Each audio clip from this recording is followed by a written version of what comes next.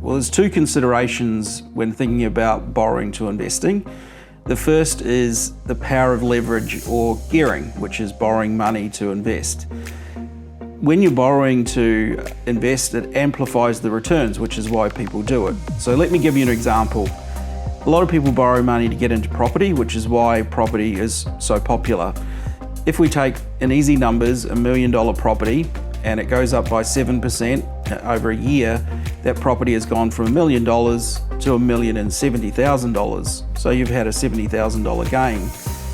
If you borrow 80% of that property's value, so that's $800,000 of that initial $1 million, and you put $200,000 of your own money in, that $70,000 increase over the $200,000 you put in is actually a 35% return rather than the 7% return on the total property.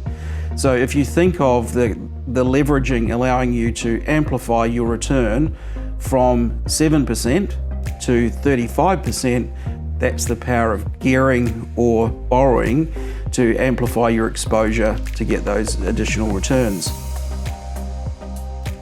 The second thing, or second consideration when thinking about borrowing for investing, is the tax benefits. So if you're borrowing and using those funds for investment purposes, then they're also tax deductible. So the interest that you pay on the money you've borrowed can actually be claimed as a tax deduction as well. So it becomes quite tax efficient to use borrowed money to invest.